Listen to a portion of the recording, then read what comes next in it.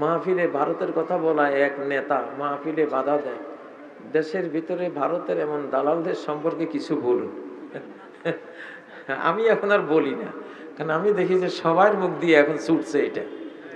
আমি তো বলবো সেই কথা যে কথা অন্যরা বলে না।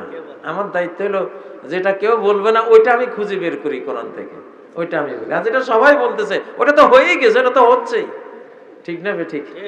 যখন তরুণদের মুখে মুখে দেশপ্রেম দেখলাম, আলহামদুলিল্লাহ।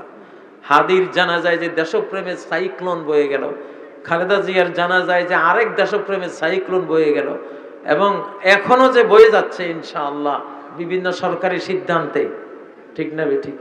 ঠিক না ঠিক? হ্যাঁ, বাংলাদেশ এখন তার প্রকৃত বন্ধুকে, প্রকৃত শত্রুকে এটা চিনতে পেরেছে। বিগত 54 বছরে চিনে নাই। হ্যাঁ, হরিণের চামড়া পরা হায়নাকে মনে করেছিল নিরীহ হরিণ, আসলে হায়না, কিন্তু চামড়াটা পড়ছে কিসের? হরিণের। আমরা তো বুঝিনি, কিন্তু এইবার আর হরিণের চামড়া কাজ হইতেছে না, আলহামদুলিল্লাহ। এটা হায়না যে হায়না, এটা আন্ডা বাচ্চা নবীন প্রবীণ সবাই বুঝতেছে এইবার। এই জন্য আলহামদুলিল্লাহ, জাতি শত্রু চিনতে না পারলে যেটা হয়, আদম আর হাওয়া শত্রু চিনতে পারেন নাই, কারণ শত্রু এমন ভাবে কথা বলেছে বন্ধু হইয়া যে এই গাছের ফল খান, খাইলে আপনি চিরস্থায়ী জান্নাতি, আপনি অক্ষয় সাম্রাজ্যের মালিক অথবা ফেরেশতা হয়ে গেলেন, আর আমি আপনার বন্ধু, আপনার খায়ের খা।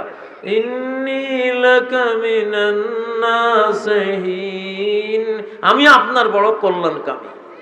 ইবলিস বন্ধু সাজাই তো আদমের পল্টে দিছিল, ঠিক না? তা আমাদের তো অনেক গহীন শত্রু, কঠিন শত্রু। মুমিনদের ব্যাপারে, মুসলিমদের ব্যাপারে তার কোনো না রাষ্ট্রীয় আইন সে মানবে, না আন্তর্জাতিক কোনো আইন মানবে। মুসলিম কেন? এই জন্য পিটিয়ে পারলে মেরে ফেলে, এইরকম শত্রু।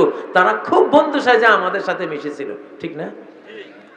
দেখলাম যে আহারে যাইতে যাইতে যাইতে যে পাকিস্তান যে ঠান্ডার বানাইয়া বিশ্ব জয় করতেছে, অ্যাটম বোম বানাইয়া গোটা মুসলিম জাহানের গৌরবে পরিণত হয়েছে। আমরাও তো সেই পাকিস্তানি ছিলাম, আজকে আমরা তাদের কাছে গিয়া এখন ভিক্ষা করতে হইতেছে এটা হাতিয়ার পাতি, ঠিক না? তাহলে আমরা এতদিন এই যে 55 বছর প্রায় আমরা কি ছিলাম? স্বাধীনতার নামে পরাধীনতার মধ্যে ডুবেছিলাম, ঠিক না? আমরা শত্রু চিনি নাই, এখন শত্রু চিনতে পেরেছি, আলহামদুলিল্লাহ।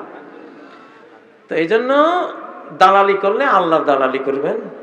আমরা সবাই বাংলাদেশের দালাল, আল্লাহর দালাল, বাংলাদেশের দালাল, বাংলা ভাষার দালাল, ঠিক না?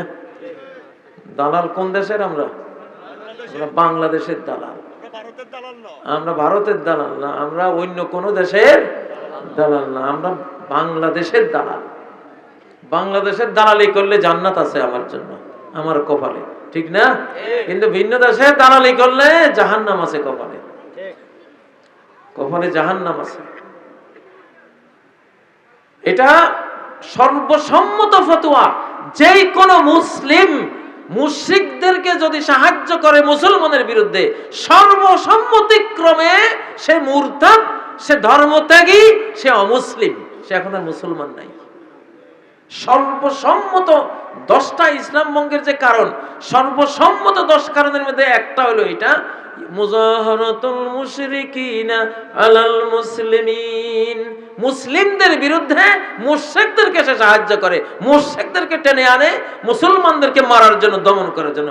এই লোকেরা সর্বসম্মতিক্রমে, সকল আলেমদের সর্বসম্মতিক্রমে এরা বেঈমান, এদের ইসলামে নাই। তাইলে এত বড় জাহান্নামী আমল কি বাংলাদেশের কোন মুসলমানের করা উচিত? আমরা এগুলো হেদায়েতের আশায় বলছি ভাই। আল্লাহ তাআলা আমাদের সব ধরনের জনগোষ্ঠীকে হেদায়েত দান করুন, আমিন। জান্নাতের পথে পরিচালিত করুন।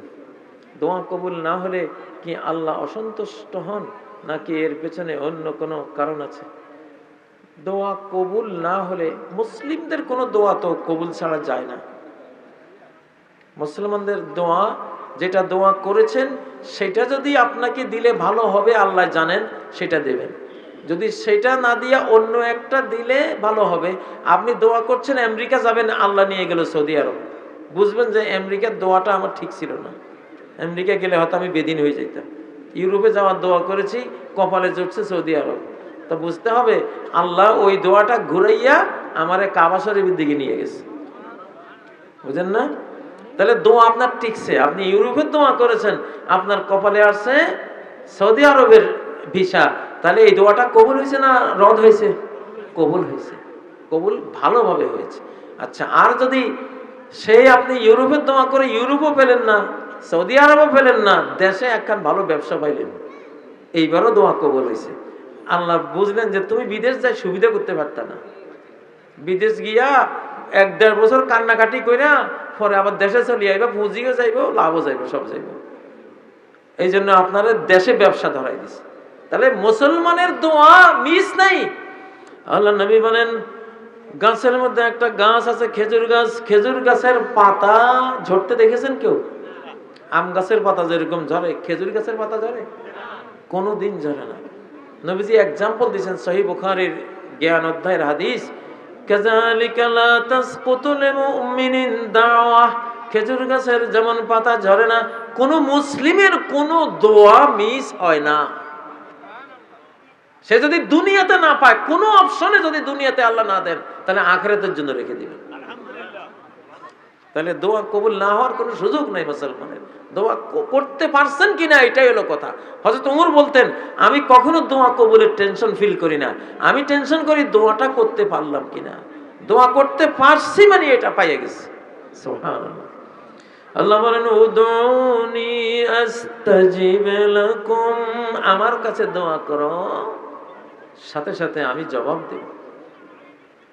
তুমি দোয়া করতে পারলা, আমি উত্তর দেব না, এটা হতে পারে না। সুবহানাল্লাহ। বর্তমান সময়ে বিয়ে দেরিতে হওয়া কি গুনাহ? ইসলাম কি বলে? আসলে ইসলামের তো নিয়মে হলো বিয়ের বয়স হয়ে গেলে ছেলে মেয়েকে বিবাহ দিতে হয়।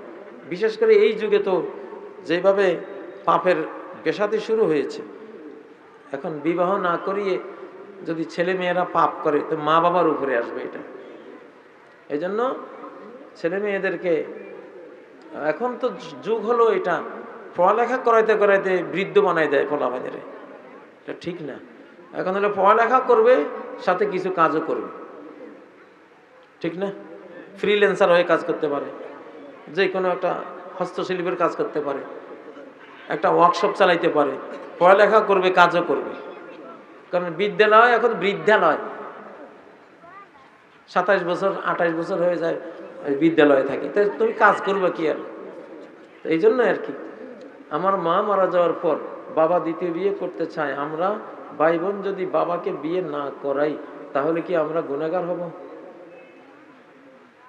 এটা বাধা দেওয়া ঠিক না। কারণ আপনার বাবার সংসারে অন্য একজন আসলে তিনি তো মা, দ্বিতীয় মা, আর এটা বাবার প্রতি জুলুম হবে। ইসলাম এটা অনুমতি দেয় না।